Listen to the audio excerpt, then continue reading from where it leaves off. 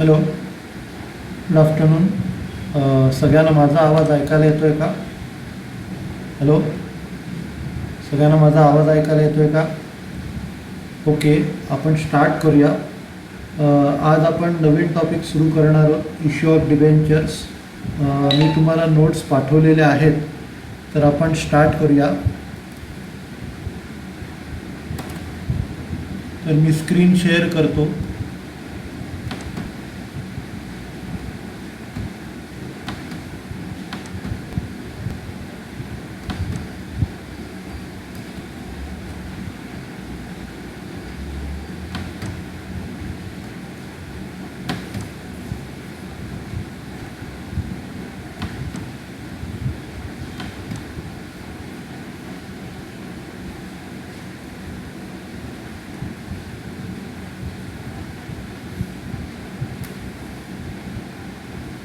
सगळ्यांना स्क्रीन दिसतंय का? चॅटबॉक्सवर रिप्लाय करा. सगळ्यांना स्क्रीन दिसतंय का? ओके, तर आपण स्टार्ट करूया प्रॉब्लेम.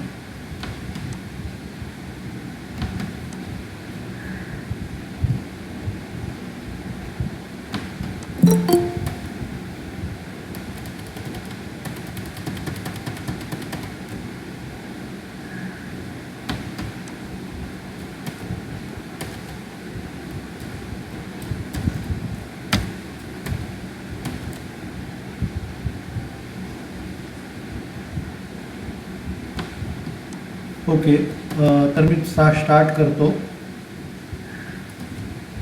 तर हा टॉपिक जवळजवळ मेजॉरिटी आपल्या इश्यू ऑफ शेअरसारखा आहे, थोडाफार फरक असेल. तर मी स्टार्ट करतो. तर डिबेंचर्स म्हणजे काय, डिबेंचर्स आणि शेअर्समध्ये फरक काय, तर असे मेन क्वेश्चन असतात. तर शेअर्स म्हणजे काय, आपण जेव्हा शेअर्समध्ये पैसे इन्व्हेस्ट करतो तेव्हा आपण कंपनीचे मालक बनतो, आणि डिबेंचरमध्ये पैसे इन्व्हेस्ट करतो तेव्हा जस्ट आपण कर्ज दिलं आहे, कंपनीला कर्ज देतो, त्याला आपण डिबेंचर्स म्हणतो. म्हणजे आपल्यासाठी इन्व्हेस्टमेंट आहे आणि त्या कंपनीसाठी ते कर्ज आहे, ठीक आहे. आणि शेअर्समध्ये पैसे टाकले तर आपण कंपनीचे मालक बनतो.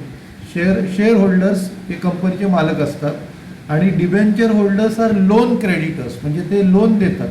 की आपण जर डिबेंचर विकत घेतला तर कंपनीला आपण लोन दिलं जातं, त्यांच्यासाठी ते बॉरोइंग आहे, त्यांच्यासाठी ते बॉरोइंग आहे, लॉंग टर्म बॉरोइंग, आणि आपल्यासाठी काय ते ॲसेट आहे, ठीक आहे. तर स्टार्ट करूया.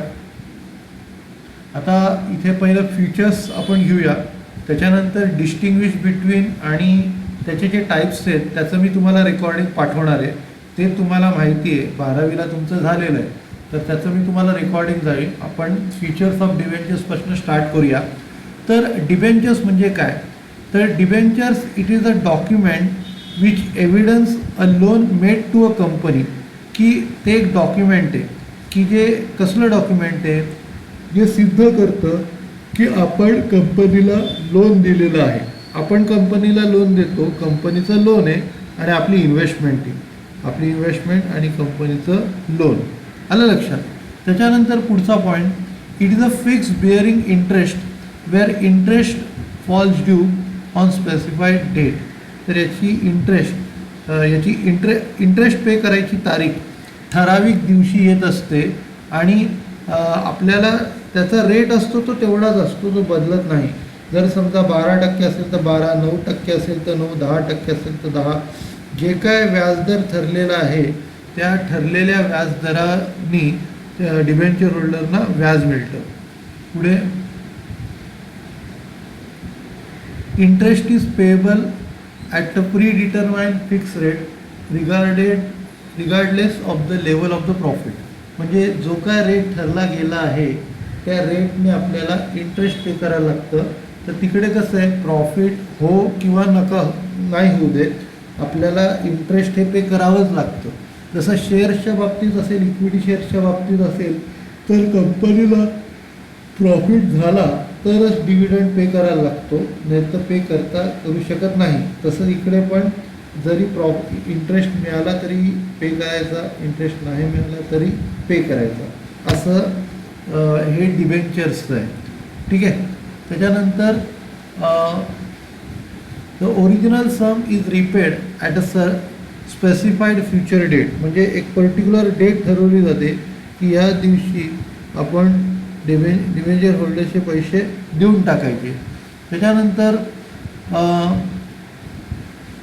The original sum is repaid, हे झालं. The original sum is repaid at a specified future date.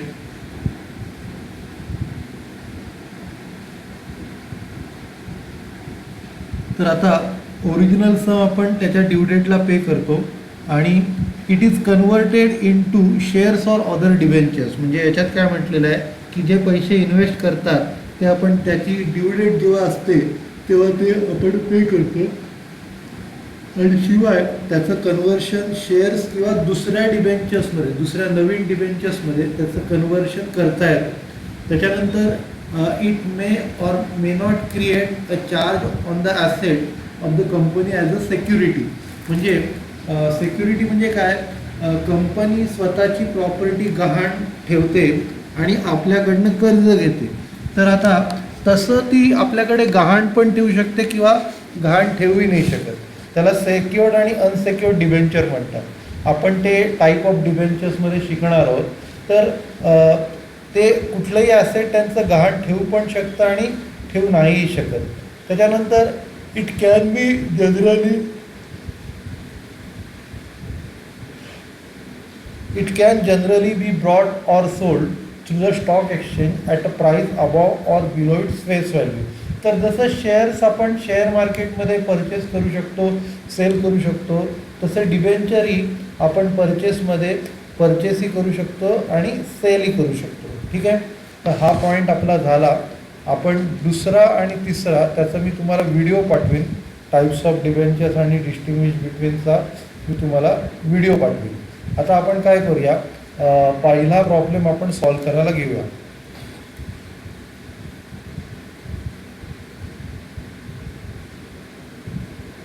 हां, तर हा जो पहिला प्रॉब्लेम आहे, Amol limited issued 40 lakhs 9% debentures of ₹50 each, म्हणजे 40 लाख डिबेंचर 50 रुपयाचे तो इश्यू करतोय. पेएबल ऑन ॲप्लिकेशन, सगळेचे सगळे ॲप्लिकेशनच्या वेळेला मिळणार. म्हणजे आता याच्यात कसं आहे, लमसमवाले प्रॉब्लेम्स आहेत. तर ॲप्लिकेशनचे पैसे आपल्याला 40 लाख डिबेंचरवरती 50 रुपये आपल्याला लमसममध्ये मिळणार. As per the term mention in the prospectus and redeemable at पार एनी टाईम आफ्टर 3 years. म्हणजे रिडीमेबल म्हणजे काय, परत पेड करणे. परत कधी पे करायचं, कधीही 3 वर्ष झाल्यानंतर आपण पे करू शकतो. त्याच्यानंतर पुढे म्हटलं आहे, record necessary entries for issue of debentures in the books of Amol limited. म्हणजे अमोल लिमिटेडच्या बुक्समध्ये तुम्ही इश्यूच्या एंट्री करायच्या. म्हणजे इकडे 2च एंट्री आहेत. एक ॲप्लिकेशनचे पैसे मिळाले, आणि दुसरं ॲप्लिकेशनचे जे पैसे मिळाले ते आपण कॅपिटल अकाउंटला ट्रान्सफर केले. तर एकदम सोपा प्रॉब्लेम आहे. आपण स्टार्ट करूया.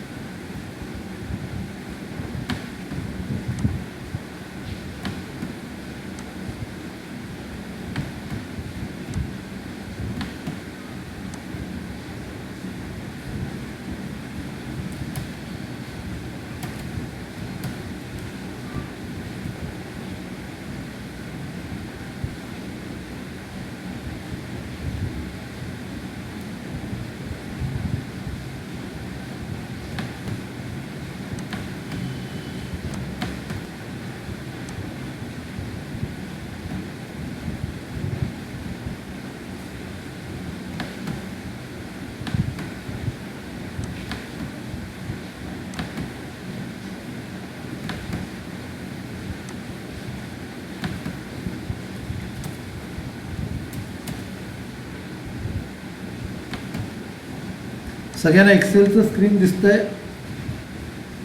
हॅलो, सगळ्यांना एक्सेलचं स्क्रीन दिसतंय? चॅटबॉक्सवर रिप्लाय करा. ओके, तर आपण स्टार्ट करूया. तर पहिल्यांदा फॉर्मॅट आपण ड्रॉ करू.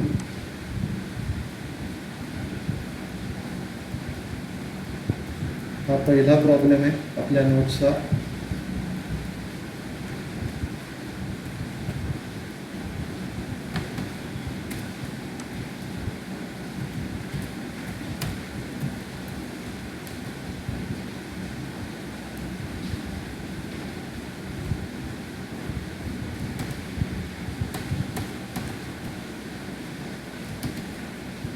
In the books of Amol limited journal entries. तर पहिली एंट्री, आता शेअर्समध्ये आपण लमसमच्या मध्ये ॲप्लिकेशन आणि अलॉटमेंट असं दोन्ही म्हणतो ना, तर इकडे फक्त ॲप्लिकेशन म्हणायचं. तर इकडे एंट्री कशी येणार, bank account debit to 9% application, 8%, 9%.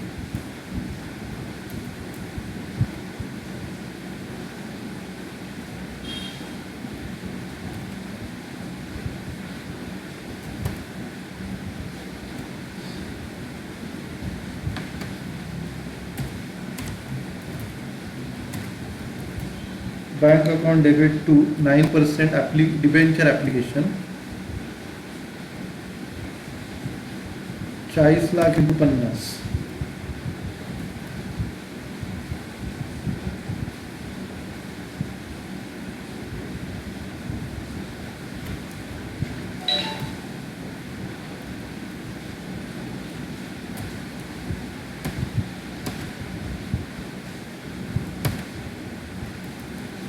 चाळीस लाख × 50 असे आपल्याला ॲप्लिकेशनचे पैसे मिळाले.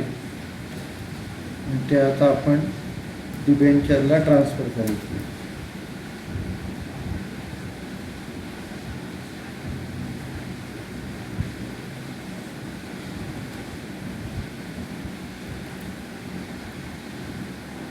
being received debenture application money on 40 lakh shares.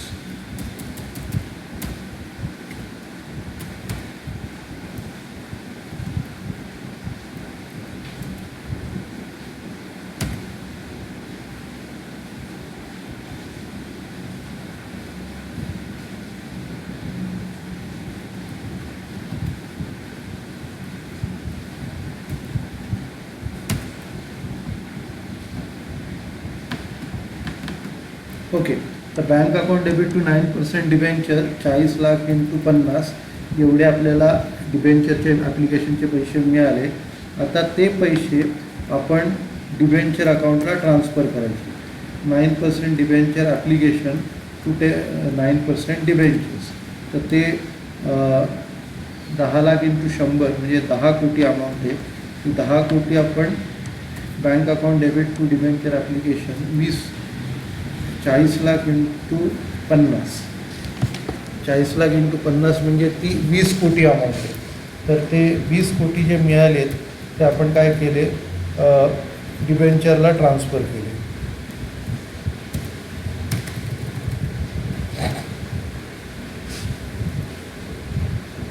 तर सगळ्यांना प्रॉब्लेम कळला का? हॅलो, चॅटबॉक्सवर रिप्लाय करा. सगळ्यांना प्रॉब्लेम कळला का? तर आपल्या याच्यासारखाच आहे, शेअरसारखाच आहे. पहिलं डिबेंचर ॲप्लिकेशनचे आपल्याला 50 रुपये 40 लाख शेअर्सवरती मिळाले आणि ते जे पैसे आहेत आपण डिबेंचर अकाउंटला ट्रान्सफर केले. ठीक आहे.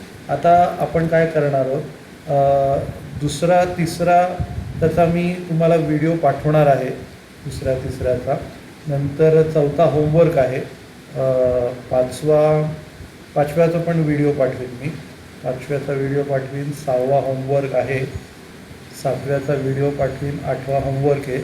आता नवीन कॉन्सेप्टकडे वळूया, ज्याचं नाव आहे टर्म्स ऑफ डिबेंचर.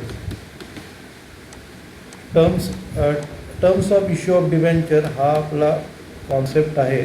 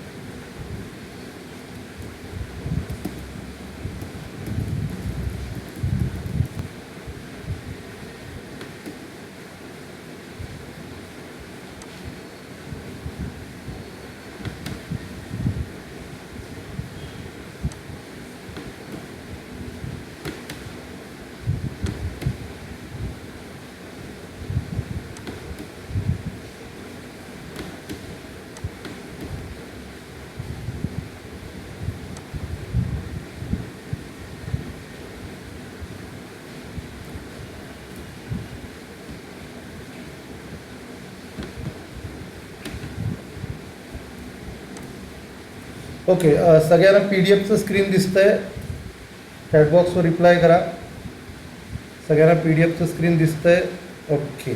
तर आता आपला जो पॉईंट आहे terms of issue of debentures, म्हणजे कशा प्रकारे डिबेंचर इश्यू केले जातात त्याच्याबद्दलचं आहे. तर याच्यात कसं आहे, त्याच्यानंतर आपण एक सम पण त्याच्याबद्दलचा सॉल्व करणार आहोत.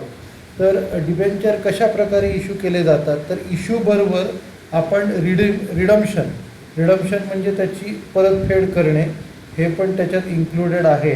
तर आता पहिली केस जी आहे, पहिल्या केसमध्ये debenture issued at par, redeemable at par, म्हणजे आपण जर डिबेंचर होल्डरकडनं 100 रुपये घेतले तर त्यांना 100 रुपयेच पे करायचे, म्हणजे issued at par, redeemable at पार, ही पहिली केस आहे. दुसरी केस आहे issued at discount, redeemable at par, म्हणजे डिबेंचर होल्डरकडनं आपण जर समजा 95 रुपये घेतले, त्यांच्याकडनं जर 95 रुपये घेतले तर त्यांना 100 रुपये परत करायचे, म्हणजे डिस्काउंट 5 रुपये कमीने घेतो आपण आणि परत 100 रुपये परत करतो. त्याला काय म्हणतो, issued at discount, redeemable at par, issued at discount, redeemable at par. त्याच्यानंतर पुढे issued at premium, redeemable at par or at discount. Actually हे डिस्काउंट काढून टाका तुम्ही, रिडीमेबल ॲट पारच येते. Issued at premium, redeemable at par, म्हणजे issued at premium म्हणजे आपण 110 रुपयाला सेल केले आणि ते 100 रुपयाला रिडीम होणार. हां, 110ला आपण सेल केले कंपनीने आणि ते देताना 100 रुपयेच देणार, त्यांचा 10 रुपयाचा फायदा आहे. नंतर दुसरा जो प्रकार आहे issued at par, redeemable at premium, म्हणजे आपण काय करणार, 100 रुपये घेणार आणि त्यांना 110 रुपये देणार, म्हणजे 10 रुपयाचं आपलं नुकसान आहे. त्याच्यानंतर issued at discount, redeemable at par, म्हणजे 95ला सेल करणार, 110ला परत परचेस करणार, म्हणजे इथे 2 डिस्काउंट झाले, एक 10 रुपयाचा प्रीमियमचा डिस्काउंट आणि 5 रुपयाचा डिस्काउंटचा लॉस. तर 2 लॉस आहेत, एक 10 रुपये जे वरचे जाणार आहेत ते लॉस आहेत आणि शिवाय 5 रुपये डिस्काउंटचा जो लॉस झाला आहे तो एक आहे. असे 2 लॉस इकडे येतात.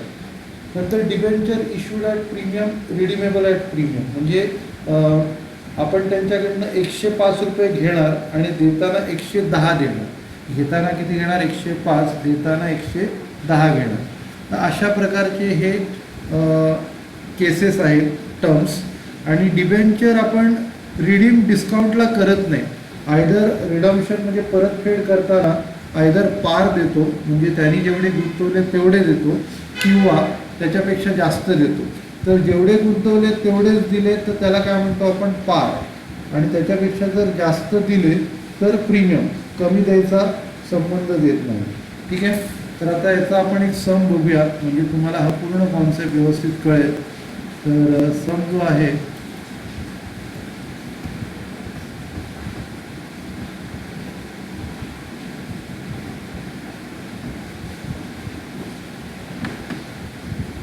हां, तर आता 9वा प्रॉब्लेम आहे. 9व्या प्रॉब्लेममध्ये give journal entries for the following, म्हणजे प्रत्येक केसेसमध्ये 2-2 एंट्री आहेत. तर याच्या 2-2 एंट्री कशा करायच्या त्या मी तुम्हाला सांगणार आहे. तर आपण एक एक केस घेऊया. पहिली जी केस आहे, issue of 1,09% debentures of ₹100 each, redeemable at par, म्हणजे आत्ता जो मगासचा पहिला प्रॉब्लेम केला त्याच्यासारखी ही एंट्री आहे. तर आपण स्टार्ट करूया. हा 9वा प्रॉब्लेम आहे.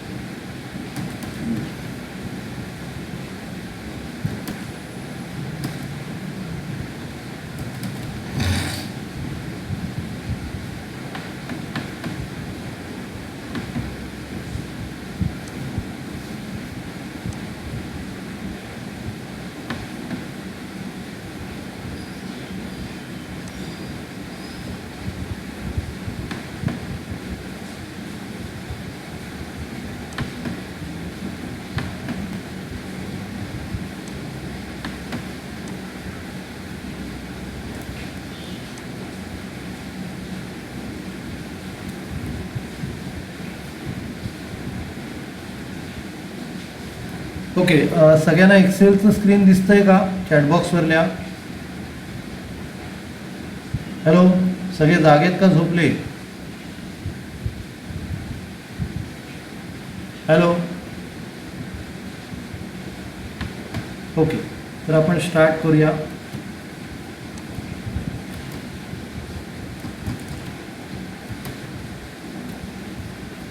तर हा 9वा प्रॉब्लेम आहे.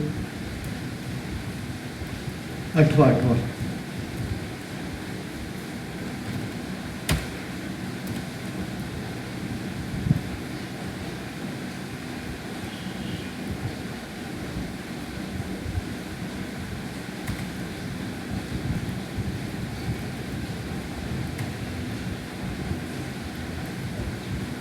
आपण स्टार्ट करूया. पहिल्यांदा फॉर्मॅट ड्रॉ करूया.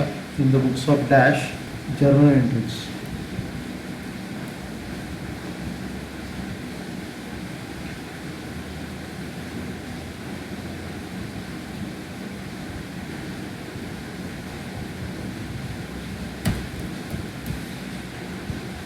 तर हा जो आहे हा 9वा प्रॉब्लेम आहे. त्याच्यातली आपण एक एक केस घेणार आहोत. 9वा problem in the books of dash.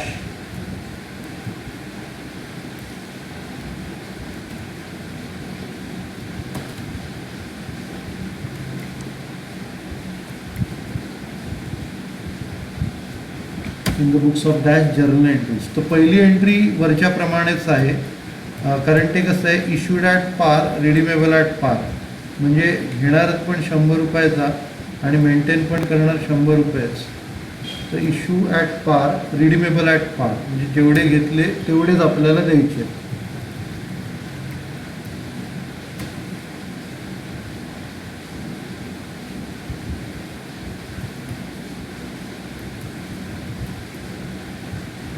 त्याच्यात पहिली जी एंट्री येईल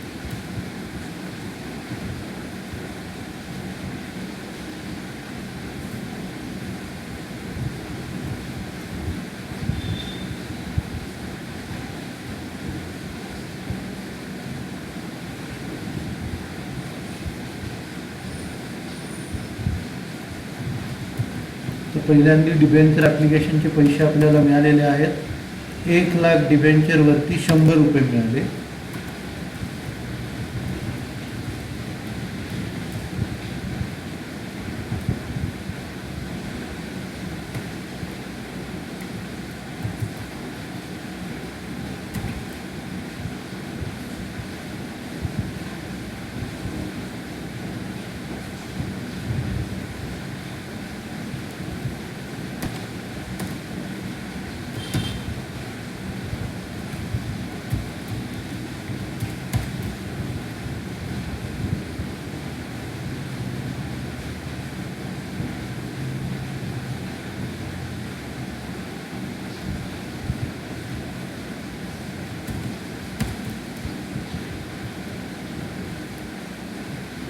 तर आपल्याला पहिल्यांदा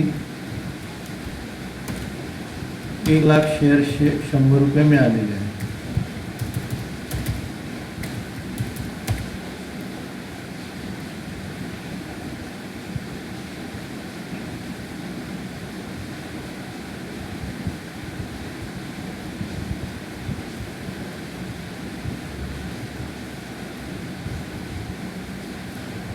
ओके, तर पहिले आपल्याला 1,00,000 शेअर्सचे, 1,00,000 डिबेंचरचे 100 रुपये मिळाले.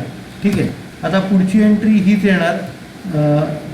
9% debenture application to 9% debentures, 1,00,000 into 100.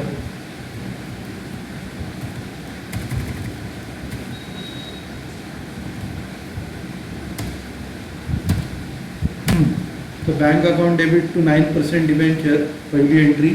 दुसरी entry 9% debentures to 9% debenture application, 9% teacher. तर आता पहिली एंट्री सोपा आहे, म्हणजे ही तर आपण नेहमी करतो तीच आहे. घ्यायचे 100, द्यायचे 100. तर बँक अकाउंट डेबिट 1,00,000 इंटू 100 घेतले आणि तेवढेच आपण डिबेंचरला ट्रान्सफर केले, कारण आपली लिमिट तेवढीच आहे, लिमिटच्या आतच आहे. लिमिटच्या आत नसते तर ते जेवढे वरती असतील ते आयदर परत करायला लागले असते किंवा फेरी करता याचा चालू.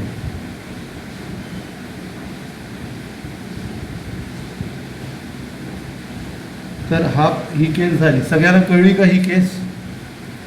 म्हणजे आपण डिबेंचर होल्डरकडनं 100 रुपये घेणार आणि त्यांना 100 रुपये परत करणार. केसचं नाव काय? Issue at par, redeemable at premium.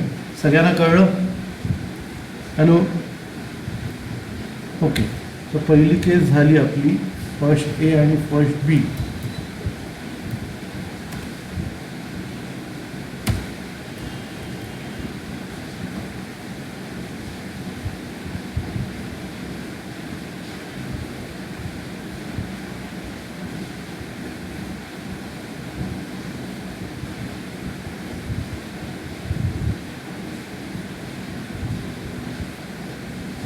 Okay, तर आता आपण दुसरी केस करूया.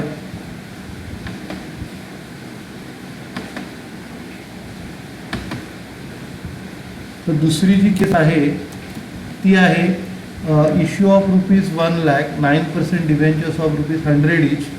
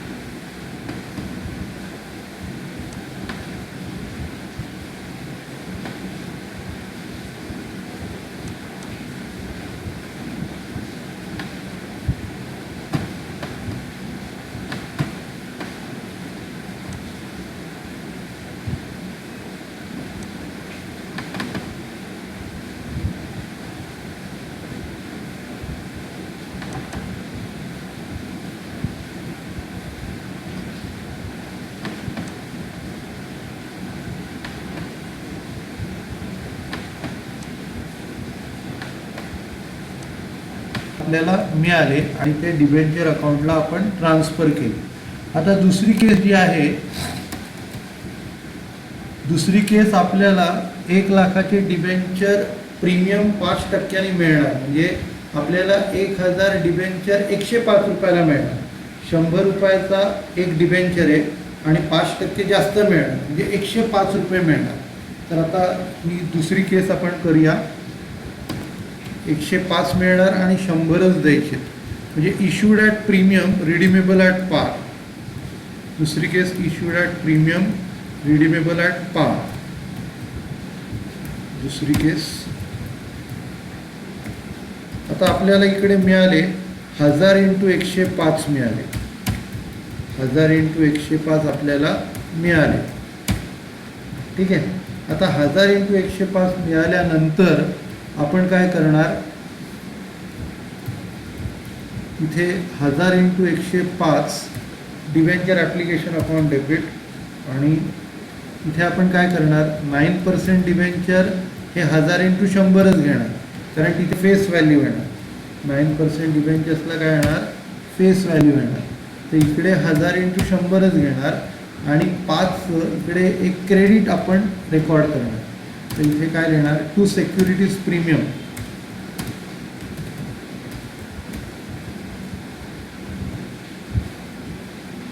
To securities premium.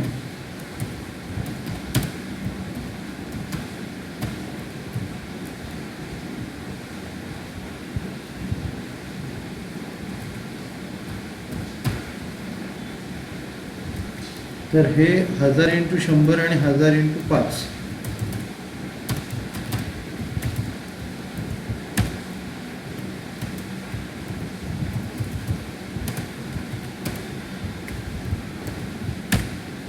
ओके. तर ही केस सगळ्यांना कळली का? आपल्याला प्रीमियम सकट पैसे मिळाले आणि ते आपण त्यांना पारच देणार, म्हणजे 105 मिळाले आणि त्यांना देणार किती? 100. तर issued at premium, redeemable at पार. तर ही दुसरी केस सगळ्यांना कळली. Issued at premium, redeemable at par, म्हणजे 105 घेणार आणि देताना 100च देणार त्याला. तर ही केस कळली का सगळ्यांना? चॅटबॉक्सवर लिहा.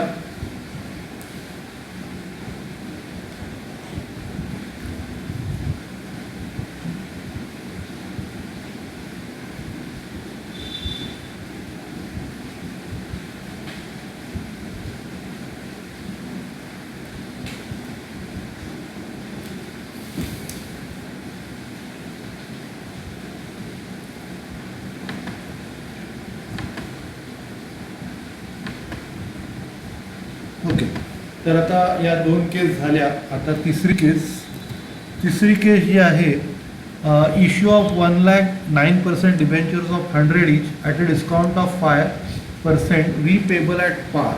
आता इश्यू ॲट डिस्काउंट आहे, तर इश्यू ॲट डिस्काउंट म्हणजे त्यांच्याकडनं आपल्याला 95 रुपये घ्यायचे आहेत. इश्यू ॲट डिस्काउंट म्हणजे 5 रुपये कमी घ्यायचे आहेत, 95 रुपये घ्यायचे आहेत आणि त्यांना देताना 100 रुपये द्यायचे. तर ही दुसरी केस आहे, issue at discount redeemable at par. Issue of discount redeemable at par. दुसरी केस आपण करूया.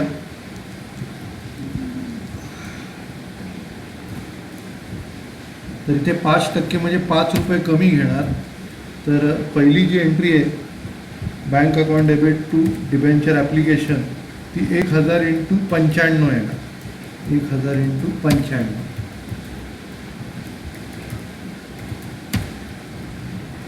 आणि इथे आपण कसं ट्रान्सफर करताना डिस्काउंटला आपण डेबिट देणार. 9% डिबेंचर ॲप्लिकेशन अकाउंट डेबिट 1000 × 95. आणि शिवाय डिस्काउंट ऑन इश्यू ऑफ डिबेंचर्सला आपण डेबिट देणार.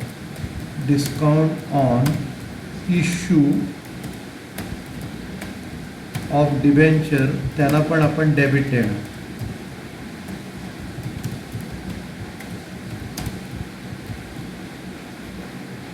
त्यांना आपण डेबिट दिलं, तिथे 1000 × 5 येणार. 1000 × 5. आणि 9% डिबेंचर इकडे पूर्ण 1000 × 100 येणार.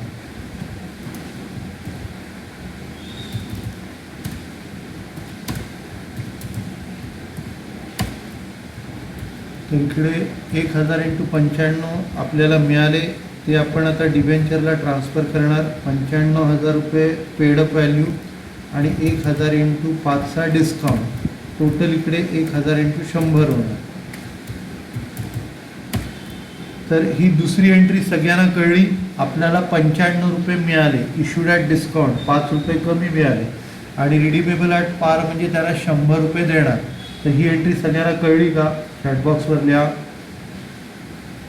ओके. त्याच्यानंतर आता या रिडीमेबल ॲट पारच्या केसेस आहेत, म्हणजे आपण त्यांना प्रत्येक केसमध्ये 100 रुपये देणार आहे. इश्यू कमी जास्त होतोय. पहिल्या केसमध्ये 100 रुपये घेतले होते, पहिल्या केसमध्ये 100 रुपये घेतले, 100 रुपयेच परत करणार आहे.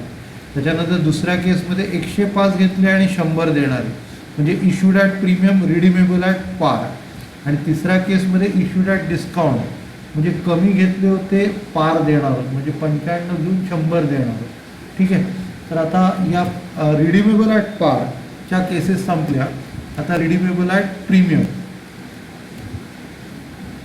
तर आता चौथी जी केस आहे, त्या केसमध्ये आपण काय करतोय, issue of ₹1,00,000 9% debentures of ₹100 each at par but repayable at a premium of 5%. म्हणजे आपण त्यांच्याकडनं 100 रुपये घ्यायचे, 100 रुपये घ्यायचे, पण देताना 105 द्यायचे.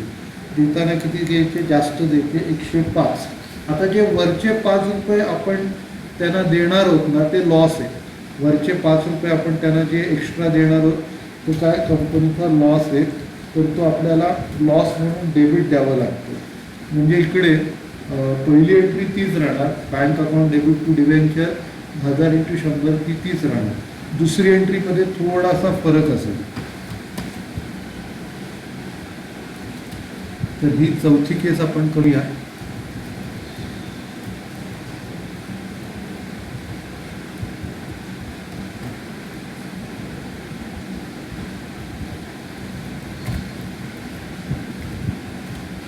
तर पहिली entry bank account debit to 9% debenture application ही तीच राहील.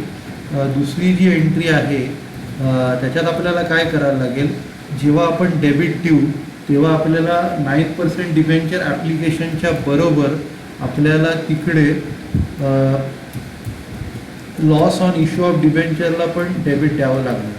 तर इकडे loss on issue of debentures म्हणजे इन फ्युचर आपला 5 रुपयाचा लॉस आहे. Loss on issue of debentures account debit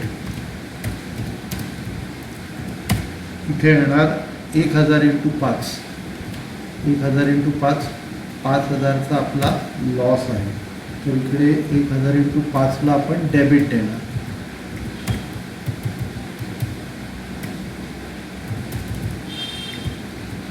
आणि इकडे 9% डिबेंचर्सला 1000 इंटू 100च येणार. आणि शिवाय इन फ्युचरमध्ये आपण प्रीमियम देणार आहोत, तर त्याला आपण काय म्हणतो, premium on redemption. Premium on redemption ते परत 1000 इंटू 5 करणार.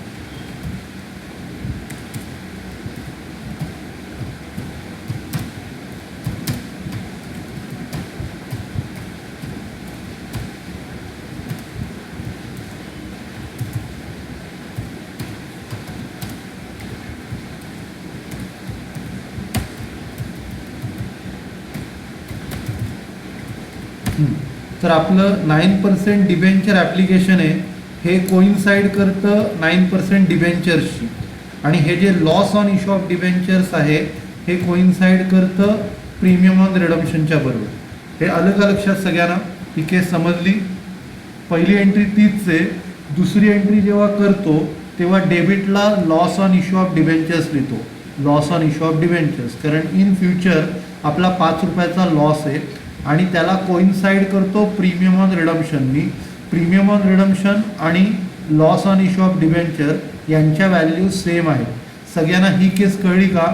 Issued at par, redeemable at premium, म्हणजे घ्यायचे 100 आणि द्यायचे 105. सगळ्यांना ही केस कळली का? चॅटबॉक्सवर रिप्लाय करा. हॅलो, ओके, ही केस झाली. आता पुढची जी केस आहे, issue of 1,09% debentures of ₹100 each at a discount of 5%, but redeemable at a premium of 5%. आता नीट लक्ष द्या. आता ही जी केस आहे, आपण घेतोय कमी आणि देतोय जास्त, म्हणजे इश्यूड ॲट डिस्काउंट आहे. तर आता आपण त्यांच्याकडनं घेणार किती? 5 रुपये कमी घेणार, म्हणजे 95 रुपये घेणार, आणि देताना 5 रुपये जास्त घेणार, म्हणजे 105 रुपये देणार. तर याच्यात कसं आहे माहिती आहे का, या केसमध्ये 2 लॉसेस आहेत. एक डिस्काउंटचा लॉस 5 रुपये, एक डिस्काउंटचा लॉस 5 रुपये, आणि जो इन फ्युचर आपण त्यांना जे 5 रुपये देणार आहोत तो एक्स्ट्रा 5 रुपये, म्हणजे 5 आणि 5 10 रुपयाचा टोटल लॉस आहे. तर आपण पहिली एंट्री जी आहे या केसमध्ये ती नेहमीसारखी सेमच राहणार आहे. म्हणजे आपण जे डिबेंचर डिस्काउंटला इश्यू करतो त्यावेळेला 100 इंटू 95 पकडतो, तर तीच एंट्री इकडे राहणार आहे. फक्त दुसरी एंट्री चेंज होईल. तर पहिली entry bank account debit to debenture application, bank account debit to 9% debenture application 1000 into 95 ही अशी राहणार. आणि दुसरी एंट्री जेव्हा करू तेव्हा आपल्याला काय करायला लागेल, इथे मी तुम्हाला काय सांगितलं, 5 रुपये डिस्काउंटचा लॉस आणि 5 रुपये प्रीमियमचा लॉस, असं 10 रुपयाचा टोटल लॉस आहे. तर इकडे काय करायचं, डिबेंचर ॲप्लिकेशन नंतर loss on issue of debenture 1000 into 10 करायचं. 1000 इंटू 10, 1000 इंटू 10 जे आहे ते 10,000 येणार, 1000 इंटू 10. आणि इथे काय करणार, टू 9% डिबेंचर 1000 इंटू 100च घेणार, आणि त्याच्या खाली to premium on redemption, to premium on redemption 1000 into 5 घेणार.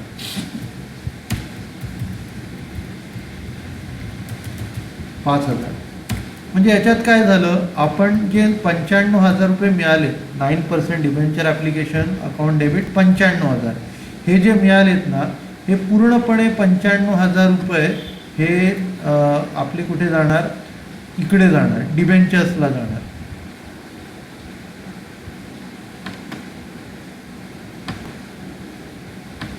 तर 95,000 पूर्णच्या पूर्ण याच्यात जाणार, डिबेंचर्समध्ये जाणार. आणि हे जे 10,000 आहेत ना, 10,000पैकी 5,000 इकडे जाणार, 5,000 खाली जाणार. या 10,000पैकी 5,000 इकडे जाणार, 5,000 इकडे जाणार, कारण इकडे 95,000च गेलेत. तर 10,000पैकी 5,000 इकडे गेले आणि अजून 5,000 हे खाली जाणार. अजून 5,000 हे खाली राहणार. तर सगळ्यांना हे कळलं का? ही केस कळली.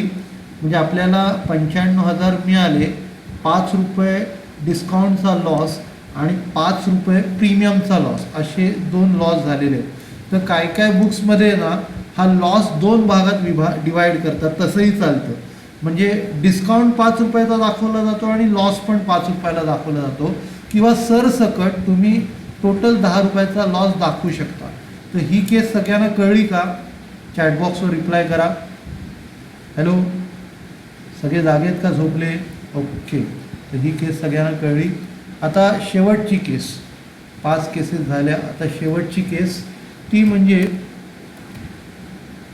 Issue at premium, redeemable at premium. म्हणजे आपण घेताना 105 घ्यायचे, देताना 105 द्यायचे. आता नीट लक्ष द्या, घेताना 105 घ्यायचे, देताना 105 द्यायचे.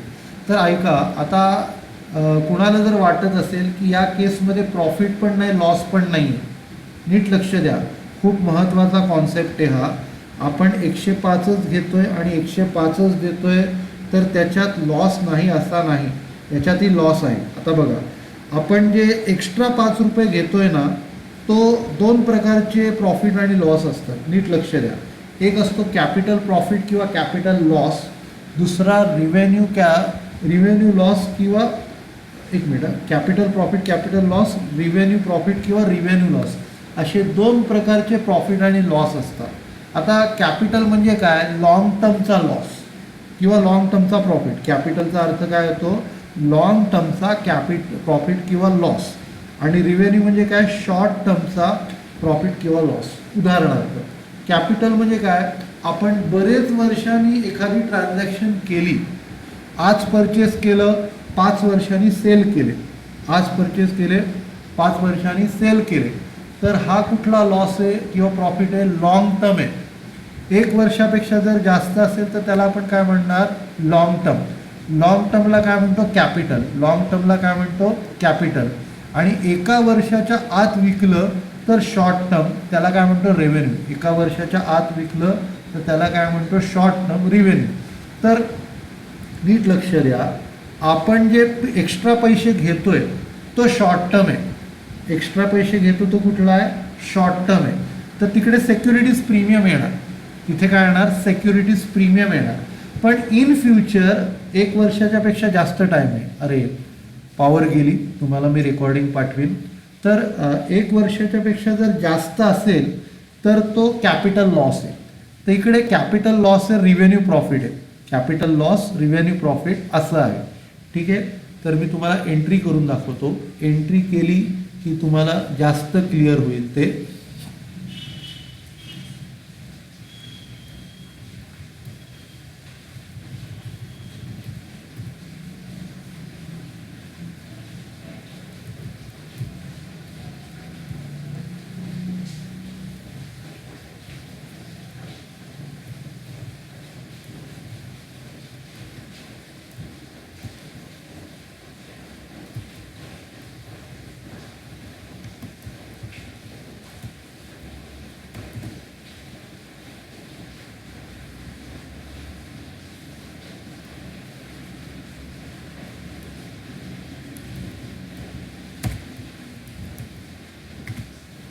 तर ही एंट्री आपण केली आहे. आता आपण लोकांकडनं 105 घ्यायचे, म्हणजे एक्स्ट्रा 5 रुपये घ्यायचे. तर बँक अकाउंट डेबिट 1000 × 105 आहे.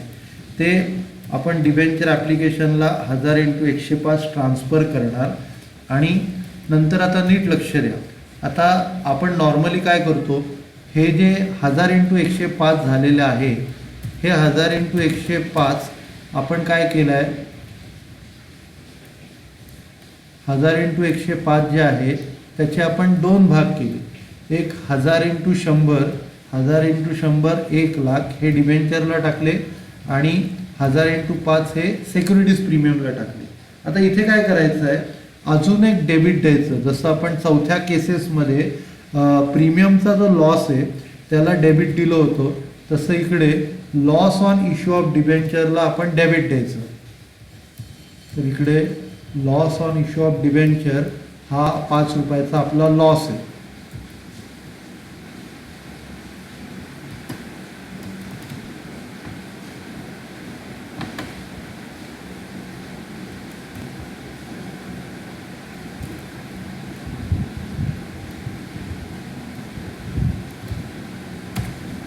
Loss on issue of debenture हा आपला 5 रुपयाचा लॉस आहे.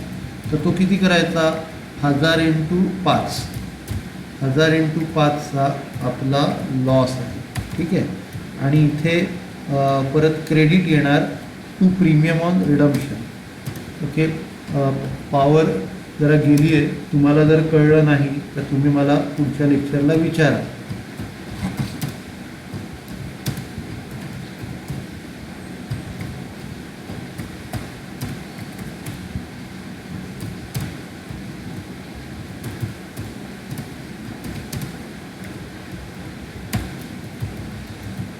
तर इथे काय झालेलं आहे, तुम्ही जे एक्स्ट्रा 5000 घेतलेत तो आत्ताचा रिव्हेन्यू प्रॉफिट आहे.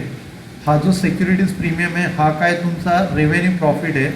आणि इन फ्युचरमध्ये तुमचे जे 5000 नुकसान होणार आहे हा रेव्हेन्यू लॉस आहे. हा रेव्हेन्यू लॉस आहे, सॉरी हा कॅपिटल लॉस आहे. 5000 जो पुढचा लॉस आहे तुमचा तो कॅपिटल लॉस आहे. आणि हे जे 5000 आत्ता कमवले तो revenue profit. Securities premium revenue profit आहे आणि जो लॉस होणार आहे तो कॅपिटल लॉस आहे. ओके. तर ही आता हा प्रॉब्लेम आता कळला. एकदा या दोन्ही एंट्री बघून घ्या तुम्ही. पहिलं bank account debit to 9% debenture 1000 × 105 आपण नेहमीसारखं केलं. आणि दुसरी जी एंट्री आहे आपण काय करतो, या 105चे 2 भाग करतो ना, म्हणजे 100 रुपये फेस व्हॅल्यू आणि 5 रुपये प्रीमियम असं आपण करतो. पण ह्याच्यात आपण काय करायचं, इथे जसं लॉसला आपण डेबिट देतोय लॉस ऑन इश्यू ऑफ डिबेंचर्सला, तसं इकडे लॉस ऑन इश्यू ऑफ डिबेंचर्सला डेबिट द्यायचं आणि प्रीमियम ऑन रिडम्शनला इकडे क्रेडिट द्यायचं. आता ही जी शेवटची केस आहे ना, त्या केससारखाच एक प्रॉब्लेम आपण एक सॉल्व करूया, म्हणजे तुम्हाला हा कॉन्सेप्ट कळेल. तर हा 10वा प्रॉब्लेम आहे. 10वा प्रॉब्लेम मी वाचतो. Country craft limited issued 1,08% debentures of ₹100 each. 1,00,000 debenture आहे 100 रुपयाचे at a premium of 5% fully on application and redeemable at premium of 10%. आता इथे कसं आहे, हा कॉन्सेप्ट तुम्हाला नीट कळेल कारण आपण घेताना 105 घेणार आहोत आणि देताना 110 देणार आहोत. त्यामुळे आपला 10 रुपयाचा लॉस, आपला लॉस किती आहे 10 रुपयाचा, म्हणजे तो कॅपिटल लॉस आहे. 10 रुपयाचा लॉस आहे तो कॅपिटल लॉस आहे आणि 5 रुपयाचा प्रॉफिट आहे तो रिव्हेन्यू प्रॉफिट आहे. तर आता हा प्रॉब्लेम केला की ही केस तुम्हाला व्यवस्थित कळेल. तर हा 10वा प्रॉब्लेम आहे. जे जे होमवर्क मी म्हटलेलं आहे ते तुम्हाला करायचं आहे आणि काही मी तुम्हाला व्हिडिओ लेक्चरमध्ये प्रॉब्लेम पाठवणार आहे. तुम्हाला जर काय कळलं नाही तर तुम्ही मला विचारा. आता 10वा प्रॉब्लेम आपण करूया. हा शेवटच्या केसेससारखा आहे.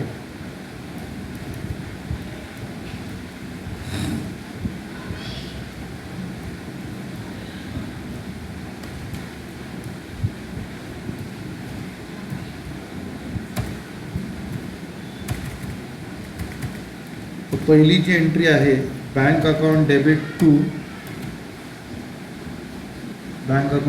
Debenture application 8% debenture application 1,000 × 105, 1,00,000 × 105.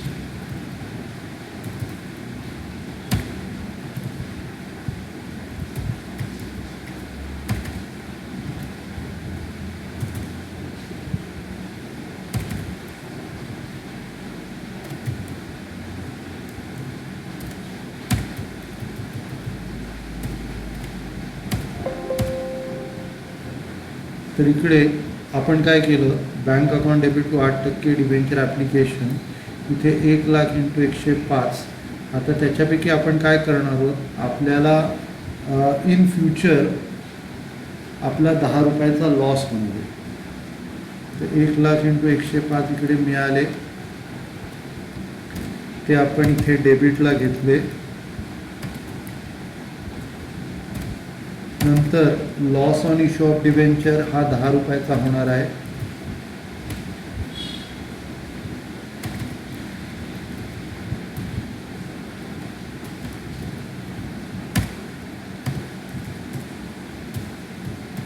₹10 loss होणार आहे. आणि इकडे आपल्याला काय करायला लागेल, इथे आपला डिबेंचर्सला ₹100 जातील.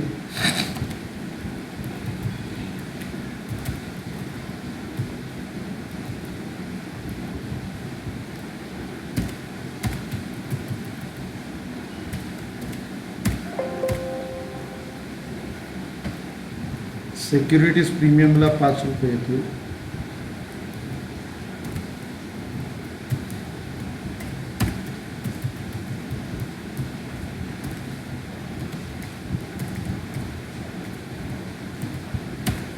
आणि प्रीमियम ऑन रिडम्पशनला ₹10.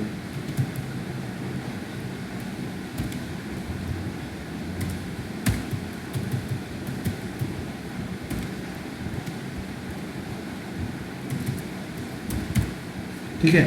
तर आपल्याला जे 105 मिळाले त्याचं आपण काय केलं, डिबेंचर आणि सिक्युरिटीज प्रीमियममध्ये डिवाईड केलं. ₹100 डिबेंचर फेस व्हॅल्यूला आणि सिक्युरिटीज प्रीमियमला ₹5 असे डिवायडेशन केले. आणि जे ₹10चा इन फ्युचर लॉस होणार आहे ते लॉस ऑन इश्यू ऑफ डिबेंचर्सला घेतले आणि प्रीमियम ऑन रिडम्पशनला आपण घेतले. ठीक आहे. तर आपण लेक्चर संपूया. सगळ्यांना थँक्यू. तुम्हाला हे लेक्चर आणि पुढचं व्हिडिओ लेक्चर मी तुम्हाला पाठवतो.